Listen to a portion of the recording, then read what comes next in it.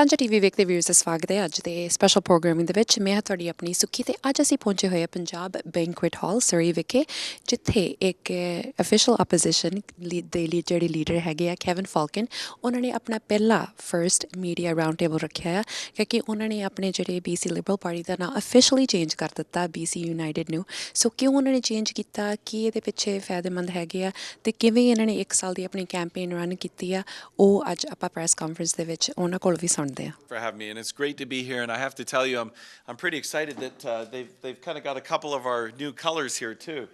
I was thinking of just lying down on the stair with the yellow there. I'll be blanketed by the teal and the pink. It's perfect.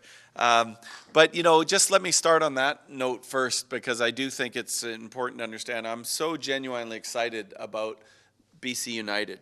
And I want to just very quickly talk about that because if you look at the logo of BC United there, you'll see there's kind of a bridge, a coming together. And the coming together is my vision for the future of this province because I think the greatest strength in this province is actually its diversity. And I say that based on 30 years of working with the Muslim community, the Punjabi community, the Filipino community, the Chinese, and all the different communities that make up the fabric of British Columbia is one of our greatest strengths. And that if we work together, united, we will get to better public policy decisions and we will also get to better outcomes. And so that's what we wanted to reflect as part of the new name and the brand and the colors, frankly, because you will notice they're not like any other political colors. It's not red and green and orange and all those usual old colors because I don't want this to feel like a political party. We don't even have the word party in our name. It's just BC United because I want everyone to feel like they can feel welcomed under this big, broad tent that we call BC United, regardless of what God they pray to or who they choose to love or what religion they practice or where they were born. I really want everyone to feel welcome as part of BC United. So I'm very, very excited about that, and the response that we've got from the public has been really exceptional, and it's made me feel very encouraged. But I also want to talk about issues that are very specific to the Lower Mainland, and I want to start with crime because it's important to understand that what we are seeing happening on our streets right now isn't something that just started last month. This has been the cumulative impact of 6 years of a government that frankly has not been making decisions in the best interest of the public. I will start with, for example, an article that was in the Globe and Mail just the other day, and it pointed out that there are 813 vacancies in the RCMP across the country. Over half of them are right here in British Columbia. 460 of those vacancies are right here. And they have not been funded by this government, not 5 years ago, not 4 years ago, not 2 years ago, not a year ago. And that is a big part of the problem when you haven't got enough police officers to deal with some of the challenges we're facing on the streets. Then you couple that with a premier who was the Attorney General for 5.5 years, who oversaw the catch and release program where repeat offenders are arrested by the police who are doing their job but released right back into the communities, often on the same day. And that has created a culture in the criminal community where they realize there's very little consequence for bad behavior. And we cannot have a situation like that. We cannot have a situation where we've got criminals that are realizing there's very little consequence to bad behavior. And that's something that we have to address. And I recognize there's also a mental health and an addiction piece of this that is very, very important. That's why we came out with our mental health and addictions plan. Called Better is Possible, where we're going to move in a dramatically different direction than where this government is going. Because I can tell you the combination of decriminalization of hard drugs like heroin and cocaine and fentanyl and methamphetamine, coupled with publicly supplied addictive drugs to people that are struggling with addiction, coupled with a lack of education and especially with our kids, making sure that as we decriminalize drugs, we haven't got a situation as we do today where there's nothing to stop people from openly using drugs like heroin and cocaine and methamphetamine in parks and playgrounds and school grounds. This is of great concern to the community. The federal government, when they provided the NDP the ability on their request to be able to have a 2-year trial period of decriminalization of hard drugs, said to them that you must ensure there are guardrails. The term guardrails meaning protections in place. They've put none of those protections in place, and I think that it's going to make our communities far less safe. So that's on the crime issue. I also just want to very quickly touch on healthcare because, as I've said from the very beginning, when I became leader of this party, my very first press conference I had in Victoria with the media, I said it's important that the media understand we have to stop listening to politicians' announcements and promises and start holding them to account for results. That includes me. When I become Premier of this province, should I earn the support of the people, I would expect that you're going to hold me to account for the commitments I make and the promises I make. Because I can tell you we cannot have a situation like we have today where our government has been promising a second hospital for Surrey for 6 years and announcing it and re-announcing it and re-announcing it again as if it's new. And frankly, the public is tired of it. And they're also fed up with the fact that 168 beds is frankly not a hospital. It's a glorified urgent care center. Imagine building a 168-room hospital in Surrey without a maternity ward in the fastest growing community in the country. Does that make sense to anybody? And what I have said is under BC United, we'll build a second hospital, but it's going to be a 500-bed hospital with a full maternity ward, full cancer care treatment, and it's going to reflect the growth of this community. And I will get it done. There's going to be no messing around on that. And the final thing I'll say is just on infrastructure, because, you know, it took me quite a while to get out here to Surrey. And I get frustrated every time I'm having to drive through that tunnel, knowing that there should have been a 10-lane bridge open last summer.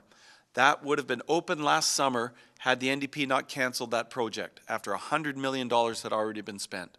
And, you know, we just have to understand the impact that that's going to have in Richmond, Delta, Surrey, Langley, all the way along the corridor of people that now are going to be sentenced to having to spend hours of their life unnecessarily in traffic when we could have had some relief. And the same goes for the Batalo Bridge. I'm happy they're replacing the Batalo Bridge, which was built in 1938. But in 1938, the population of Surrey was 14,000 people. Today, it's over 500,000. And we know that it's soon going to be 750,000 and 1 million probably within the next 10 years. And yet, what do the NDP do? They replace an 80-year-old 4-lane bridge with a 4-lane bridge. This makes no sense to anybody that lives here. And I can tell you that one of the first things we'll do is we'll make sure that's 6 lanes immediately. And we're going to ensure that we build and invest for the future, because we have to have a government that's thinking about the next generation. I mean, I'm willing to accept criticism. I wasn't perfect in government. But I can tell you, nobody can criticize me for not getting things done. There's a reason we have a Canada line and an Evergreen line and a South Fraser-Primner Road and a Portman Bridge, even with the tolls, by the way. That's how we got it built. The NDP were opposed to that bridge. Remember that. There wouldn't be a 10-lane Portman Bridge if the NDP were in government today or back then. And so it's important to understand that leadership is about making decisions to ensure that things get done and get built and in place. So with that, I'm going to stop and open it up to questions. Thank you. Sure. So I'll address that second. First thing I want to say just about the healthcare system. I am very concerned. This is the worst we've ever seen healthcare in British Columbia. There's just no question about that. Even the NDP wouldn't argue that. 1 out of 5 British Columbians cannot access a family doctor. We've got 1 million people on a wait list to see a specialist. And the longer they're on the wait list, in some cases, the more the problem grows. And sometimes by the time they see a specialist, it's too late. Our cancer care, which used to be the envy of North America, the absolute envy of North America, is now considered near the bottom of the country. Those are results, my friends. Those are, the government can't just keep blaming it on others. The fact of the matter is they've been there 2 terms in 6 years, and we've ended up with the worst healthcare system we've ever seen in British Columbia. It's never been as bad. People waiting at emergency departments for 10, 12 hours, with a sick child or a sick relative.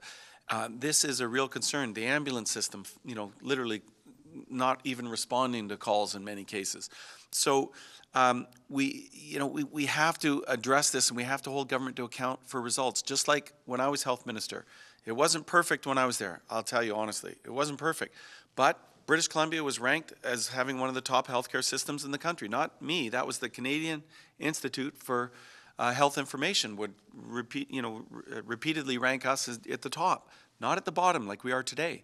So to change direction, we have to have different leadership that understands that we're going to have innovation. We're going to have the courage to make bold changes so that we get things done, not just promising them, but get them done. The government's been promising a second medical program at SFU now for years. And anyhow, I won't go on, but you get my point. Now, with international medical graduates, I always say this. Understand that most of those graduates are actually Canadians. That many of them are British Columbians that have studied abroad. Maybe they didn't go to UBC, but they might have gone to Ireland or Australia or the United States. And they want to come back. Imagine that. They want to come back to British Columbia. And they are stuck waiting because we haven't got enough funded residencies and because we've got some red tape with the UBC Medical Program and the College of Physicians and Surgeons. And I have been very clear that, yes, in part it is. It's partly because it's a monopoly. It's partly because that's the way they've always done things. And, people are very resistant to change. But, when you have a crisis, you have to deal with it like a crisis. And I can tell you what I've already said publicly. We would, first of all, take the 53 funded residencies that we have every year and triple that to 150. I would then make the legislative changes necessary to the college or whatever the case may be. If they're not going to cooperate with us, we'll make changes so that we get those Canadians that want to practice here, and some, that are non-Canadians that also have the right skill set, practicing in British Columbia. It just takes leadership, and it means you stop talking about it and you start making decisions. That's what I'll do. Yeah. Actually, it's been very positive, to be honest with you, and because that was a concern of mine too. We have a lot of federal Liberal supporters in our party. Because we've always been, it's like the old Social Credit Party way back in the day that used to be like BC United and the BC Liberals, where people that voted Conservative or Liberal or even NDP federally would come together and support us provincially. But I think the reason why the response has been so good is because how we've talked about it and the colors and the fact that we've made it very clear that the reason we're doing this is because I've always recognized 96% of the population of British Columbia don't belong to any party, okay? People actually don't walk around thinking I'm a Liberal or I'm a Conservative or I'm a NDP. They're just normal people raising their families and trying to struggle in a very expensive place to live. And so it's important to me that when we try to reach out to those folks that they know that this is a home that they can feel welcome in. And our federal Liberal friends, who have always been very strong supporters of ours, will continue to be welcomed into this party under Kevin Falcon leadership because they're an important part of it, just as are the Conservatives, just as are the people that are frustrated NDPers. And by the way, I'm getting a lot more of those coming to me too recently that are saying, Kevin, we're joining your party now. We want to get involved. And that's very encouraging for me too. Well, I think that they're going to be attracted by our policies. I think they're going to be attracted by the fact that they know that Kevin Falcon, whatever you want to call him, United, Liberal, Conservative, doesn't matter to me, but they know that I'll get things done. They know I have a track record of getting things accomplished. Even if they disagree with me with some things, that's okay, because as a leader, it's also not a popularity contest. You can't try to make everyone happy because it's just impossible. You just have to look at things and say, I'm going to try and do the right thing here, and then get on with getting it done. And I think when you do that, and you work because you care a lot about the next generation, which is why I came back into politics, for my kids' generation, they're 10 and 13, then I think you'll end up in the right place. Yes, I think that's an excellent question. We actually have set out as part of our website, the principles that we as a party will be standing for. And amongst those principles, the most important one for me, the one I said the day I announced that I was going to run for leader of this party, I was very clear that that a name change is going to be considered. And I also explained why I wanted to do that. Because I wanted to make sure, as I've said here earlier on, that regardless of who people choose to love or what God they choose to pray to, if any at all, or what socioeconomic background they come from, I want them to feel welcome in this party. That's the most important to me, because all my political career has frankly been anchored right here in Surrey. I have seen the growth of Surrey. I've seen the growth in the communities and the diversity, and I've seen how that is a great strength. I mean, it really is. It's a remarkable example of how we can do things right. Now all we need to do is make sure that we've got a government that doesn't just promise things, but when they make a promise, they fulfill the promise. This is very important to me, Parmeet. So, for example, when the NDP government promised, as they did in 2017, that they would eliminate portables in 4 years, that's a pretty big promise, you know. So if you're going to make that, you would think that somebody at some point should hold them accountable. Well, we've got more portables than we did back when they made that promise. So if you don't make a promise you can't keep, that's my view. I don't make irresponsible promises. I try to be very responsible because I know what government's capable of and I know what we can do and can't do. But when I make a commitment to do something, we get it done. And I think that that's how you build trust in the public. Because the reason the public lose trust in politicians is because politicians keep making announcements and then they make re-announcements. But people drive around Surrey and say, well, no, I don't see anything happening, right? There's nothing. Where's that second medical program? That's still not here. Where's the second hospital? I don't see that either. How come I'm still stuck in the tunnel for 3 hours a day? That doesn't make any sense for me either. So I do think it's really important that we have to hold politicians accountable for results. And when we get bad results, because that'll happen too, even when I'm in government, we're not going to be perfect. But the good thing about being transparent about the results is that then you can change direction. So you say, oh my goodness, we're getting really bad results here. We better do something different. I'll use a concrete example. We just had released the overdose deaths in British Columbia. They're the highest they've ever been again in March, highest in history. Now, every single year, government's been in power, we've seen the overdose deaths go up every single year to the worst it's ever been in history.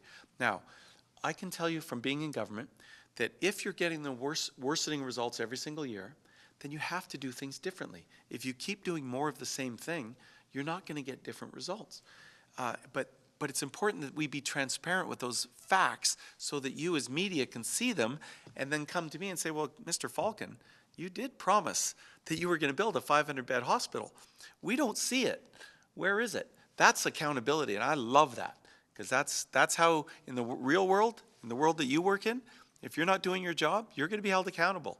You'll probably lose your job or your business won't survive. But in government, there's very little accountability, and I want that to change. Well, I wish I could be the one that makes that decision.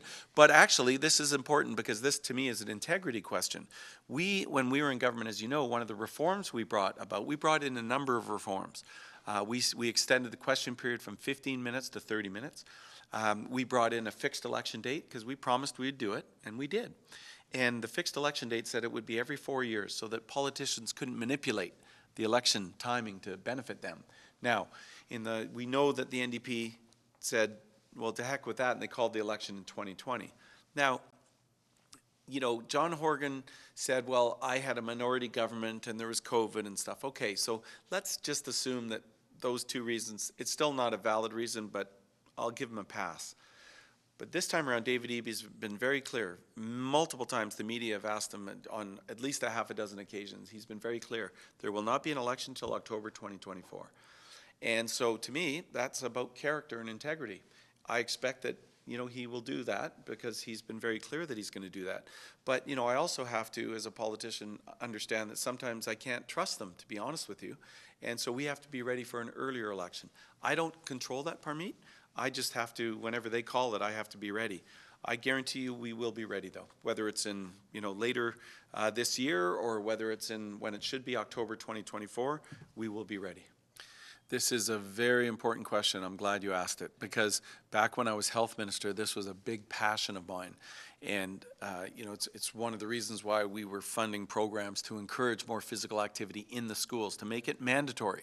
Because I'll tell you, there's two benefits. There's not just the physical activity benefit that people get in being healthier kids, but there's also the benefit for mental health and for education. My wife, who is a teacher, actually did her master's thesis on this subject. And there's a direct correlation between kids having the ability to leave the classroom and do some activity and come back. They learn better. They actually retain more. And so there's that element. But it's also important, for example, when I was health minister in the South Asian community, we knew, for example, that there were higher rates of diabetes, higher rates of cardiac issues. And one of the things we tried to do was to reach out to to a lot of the mums out there and the partners that were responsible for doing a lot of the cooking, to make sure that they understood that there's ways that we can make food healthier by just changing some of the ingredients. And we really tried to, and I believe in, we still do that. I'm pretty sure that Fraser Health is still promoting those programs of eating more healthily, getting people more actively involved. This is especially important, like for all of us, that's important too. So please, we'll all want to stay active and stay involved. But for our kids and our grandkids, this is very, very important, because if we don't, our kids' generation will be the first generation that does not live longer than their parents' generation. And we cannot have that. And so I am very passionate about this subject. I lead by example. I am always out mountain biking, and I am out hiking. I do the grouse grind. I'm constantly trying to show by example how we have to, live more active lifestyles and healthier lifestyles. And, it's just, it will help keep our healthcare costs down too. So that's another benefit. Yeah, I do, because the thing about the second hospital that's very important to understand is that the current government's made a couple of mistakes. Now, the first thing they always come back and say, oh, well, Kevin Falcon sold a piece of land that the Fraser Health used to own. No, Kevin Falcon did not sell that piece of land. That's a decision. Fraser Health made a decision that was surplus land. They didn't want to build another hospital that's only 8 kilometers away from the existing hospital, right? It just didn't make a lot of sense for them at the time, so they made the decision to sell that. And they were right. Why? Because it didn't have good transit either, transit connections. The most important challenge in healthcare today is not building the structure. That's the easy part. It's staffing it. It's getting the doctors and nurses and care aides to work in the hospital. So this comes back to why the NDP's decision for the second hospital is, I can tell you, nobody in the healthcare system thinks it's a good idea. They want to locate it in a location behind the current Kwantlen Trades campus on number 10 highway and right around 180th. And the problem is it's got very poor transit. Everyone knows what number 10 highway's like at, in almost all times of the day. It's very crowded, so it'll be hard for patients to get to, hard for ambulances to get to, and very hard for workers to get to. So it'll be difficult to staff. And it's only going to have 168 beds, and it doesn't even have a maternity ward. So, and here's what frustrates me about that. Vancouver's got hospitals all over the place. Surrey is going to be larger than Vancouver within a decade, okay? Surrey deserves a lot more than a glorified urgent care center. We deserve a 500-bed hospital. I've been very clear. Where would I put it? Right on 176 and Fraser Highway, because that's where SkyTrain's going. And that means it'll be easy for workers to get there, for doctors and nurses. They can go back and forth between hospitals very easily on SkyTrain. And there will be, the room to do a proper facility. And that is something that I will get done. It'll be a first priority for me. And what I'm concerned about is now the NDP, because I keep calling them out for promising it for 6 years in a row with nothing to show for it. And, because I'm a former finance minister, I always check the budget, Only now did they finally put, like this year, it's got a few $1 million in the budget for it, enough to do the drawings and, some of that work. But they're only doing that because I've been pressuring them. But they're going to underbuild, and they're going to build in a location that's very hard to access. Big mistake. It's important. Look at Vancouver. They're building over $1 billion St. Paul's, and that's good. I'm glad they need it. It's wonderful. It's going to be a great hospital. But they got, Mount St. Joseph's. They've got, of course, VGH, Women's and Children. They've got hospitals everywhere, and that's great. But Surrey deserves more than an urgent care center, frankly. And so I get frustrated by that, and because I just think we have to again think about the future. And the other thing is, they keep trying to shut down the maternity ward at Peace Arch Hospital, by the way. We caught them trying to do that again because they're trying to send all the mums to have to go to Langley. Why? This is Surrey. We've got my daughter, by the way, my eldest daughter was born at Surrey Memorial Hospital. My second daughter, Rose, was born at Peace Arch Hospital. We invested lots of dollars in the maternity ward at Peace Arch Hospital. And, we did the $500 million expansion at Surrey Memorial. We shouldn't be reducing services. We need to be expanding services and thinking about our kids' generation and our grandkids. That's what I'm thinking about. Okay, so thank you for asking that question, because this should, be right up there, in my view. Affordability should be right up there with healthcare and crime as one of the major issues that the government is failing to address. And again, I just want to let's talk results, not what they say, not the announcements and the promises, but what results have we got? So in housing, they said in 2017 they were going to create more affordable housing and they were going to build 114,000 affordable housing units in 10 years. So how are we doing? Well, we have the highest housing prices after 2 terms of NDP government in North America, 3rd highest on the planet. That's not a good result. We have the highest average rents in Canada, right here in British Columbia, the highest in Canada. That's not a good result. And the 114,000 homes that they said they would build within 10 years, well, we're in year 6 of the 10-year program. How are they doing? 16,000 of those were built, okay, a fraction. And that's being generous because I'm including some of the SROs that they purchased, that they're adding. The NDP are trying to suggest that, you know, every single apartment that's been built by the private sector is somehow part of their, no. 16,000 is the real number. It's so embarrassing they've stopped talking about it. They didn't even mention it in their last budget. And so they should be ashamed because that was a really irresponsible promise to make. But, you know, some people believe these things. And I say judge by results. Same with, look at fuel prices. We have the highest fuel prices in North America, right here in British Columbia. Now, so I say, would it be different under BC Liberals? Well, I could promise you this. Do you remember when the John Horgan government said, we're going to use every tool in the toolbox to stop the expansion of the only pipeline that brings fuel to the Lower Mainland, right? The Trans Mountain Pipeline. And they did. They sued it and they wasted all this money and caused all these delays.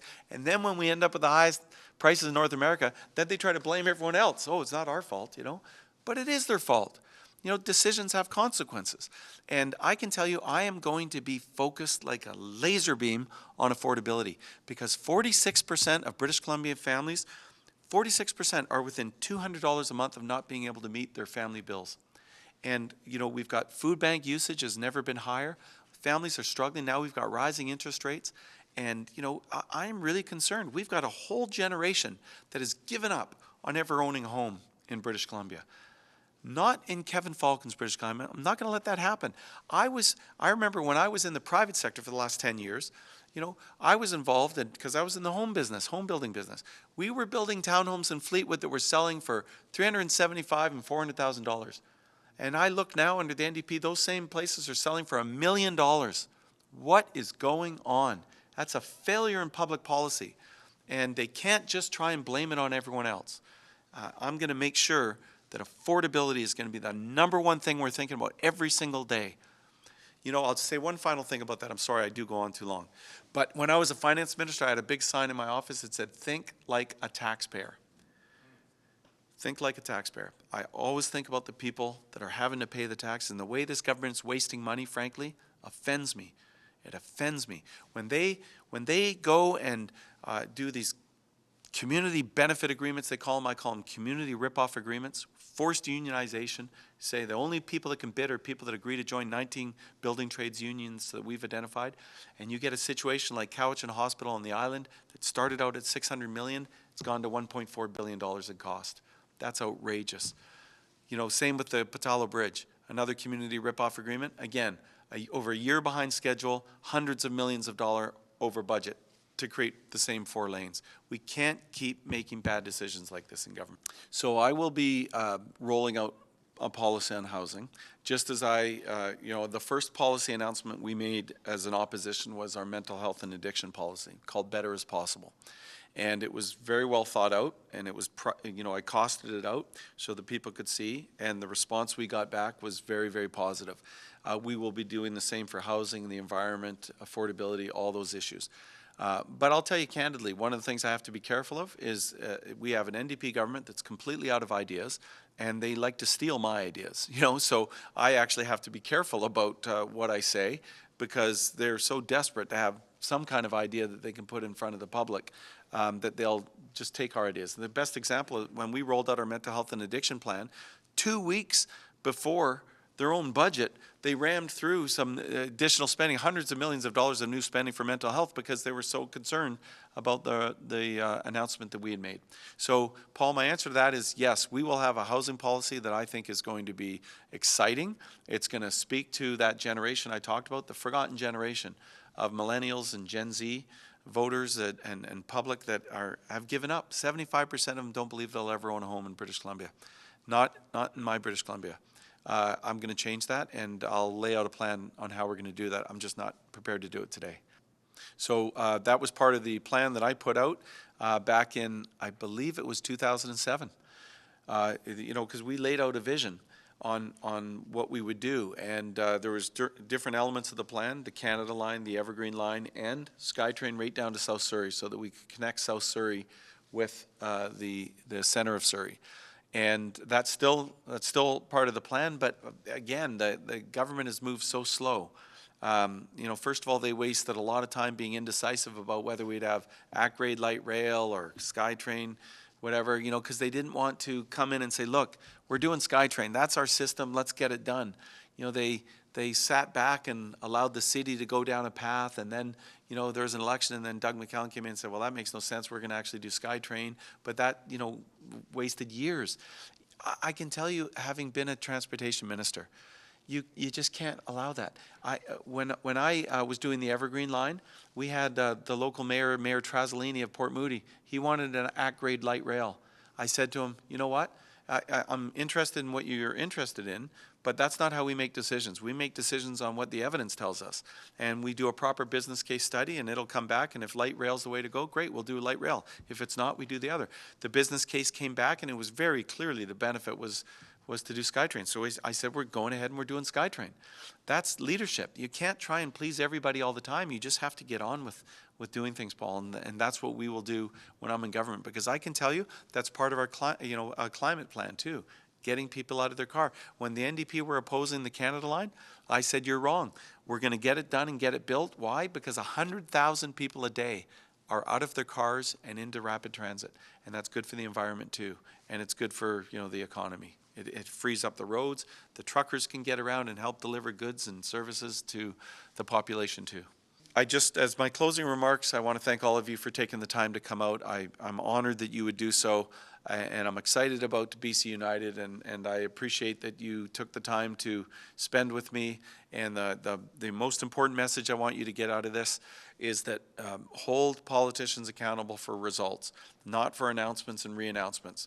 And when I become Premier of this province, I hope you will absolutely hold me accountable, and I promise you this, we will make sure that information is transparent. The Canadian Association of Journalists called this government, this NDP government, the most secretive government in Canada, and they are. They've made it hard to access information. They've squelched dissent in the healthcare system. They threaten doctors and nurses that are trying to speak out and let people know just how bad things are. That's not going to be how we're going to operate things. There will be information available so that we can be held accountable, and we can make sure that we're being judged on results. Thank you very much. And have a happy Vaisakhi. Look forward to seeing you on the weekend. Thank you. First of all, Kevin, I'd like to thank you for joining us on Sanjha TV today, and congratulations on the new unveiling of your logo. So tell us when this came to fruition. Well, it was very important for me because I wanted to make sure that, you know, when we renamed our party, that we had a logo that really spoke to what I think is very important, and that is bringing all the different cultures together that we have in Surrey and saying to people, I don't care where you were born or, you know, what God you pray to or who you choose to love. I want to make sure that you feel really, really welcome in a BC United Party. And so I wanted to make sure it looked different. I think the colors, you know, pink and teal really represent that difference. And the logo is really about coming together. It's like a bridge, because I think when we bridge the different diverse communities, especially in a place like Surrey that we're in today, that becomes a strength. Just like a bridge is a strength, our community diversity is a strength too, and I want to make sure that we as a party going forward reflect that strength that we've got in this province. So you suggested this idea back in November to the other party members, and you know, how was that received? Well, it was really well received. I remember at our convention when we first brought this up, that was in March last year. 75% of the membership in a sort of a voice vote said, let's do it. Then we went and we, you know, chose a name after over 2,000 suggestions came in from across the province. And then we had over 80% of our members, over 8,000 party members voted in favor of the new name. And then all we had to do was just, you know, change the constitution to make sure that was allowed, work with Elections BC and create the logo and the branding, which we've now done. And so it's been exciting. I mean, all that was done in 9 months. months. And I think it shows, I think it confirms actually to the public that when I say I'm going to do something, we're going to get it done. And we did, and I'm really proud about that. Can you tell me, is it kind of a risk? Are you going to be using this name on the ballots? Do you think you have enough time to promote this? Because obviously, voters are used to seeing BC Liberals. How do you think that's going to be perceived? Yeah, and there's always a little bit of risk with everything for sure. But I think that a lot of the voters know who Kevin Falcon is, especially in Surrey. They certainly know my record here in terms of, building the Portman Bridge and the South Fraser Perimeter Road and widening Number 10 Highway and widening 176th Street and overseeing the $500 million expansion of Surrey Memorial Hospital. Those are projects that I had the honor of being part of while I was in government. So I think people will know me, and it'll take time for them to get to know the party. But I also know that the next election isn't scheduled until October 2024. We brought in fixed election dates as the formerly as BC Liberal government, and I expect that David Eby, he's said many times he's going to honor that, and I'll take him at his word that he will. But we will always be ready in case he breaks his word. And obviously, taxpayers are going to have questions. How much did this rebranding cost? Oh, the rebranding itself was in the low six figures. I haven't got all the numbers yet, but it's there's a cost associated with it. But to me, it's more about the opportunity and the message that I really want British Columbians to know. I am really dead serious about making sure that this is a party that's going to unite people, bring people together, unite them for better healthcare, unite them for safer streets, unite them for a more affordable economy so that people can afford to live. People are really struggling right now, and I just don't think government, frankly, appreciates that. People are really struggling, and we have to have a government that's helping them and easing that struggle. And right now, I think, unfortunately, we're not going in the right direction with the highest housing prices in North America, the highest average rents in Canada, the highest fuel prices in North America. Like, all of those make it really hard, especially for young families. And the resemblance with your logo and the trio logo, is there anything that's symbolic with both of them? No, I mean, that's just, people online that are kind of trying to have some fun. I never even noticed any similarity, frankly, until someone tried to suggest that was the case. But look, I think the more the critics talk about our logo, the better it is. It creates more awareness. So all I would say to the NDP is keep it up. It helps. Yeah. And in closing, message to our viewers on Sanjha TV today. Yeah, I think a couple of things. First of all, really concerned about what's happening, crime in our communities.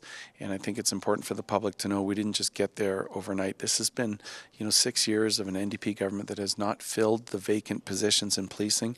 We saw in the news the other day, the Globe and Mail reported that of the 813 vacant RCMP positions across the country, over half are right here in British Columbia, 460.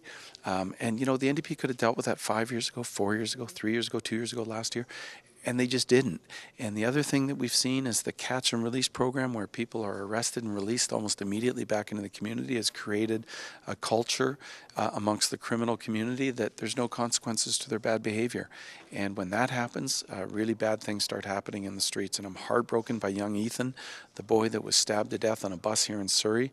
And I'm heartbroken over the young father that was stabbed to death at a Starbucks in Vancouver while his 3-year-old daughter and his wife were right there. I mean, this is not the British Columbia that I want. And we are going to change things and make streets safe again in British Columbia and in Surrey and in every other community. And that means working with the police, supporting them, make sure they have the resources they need.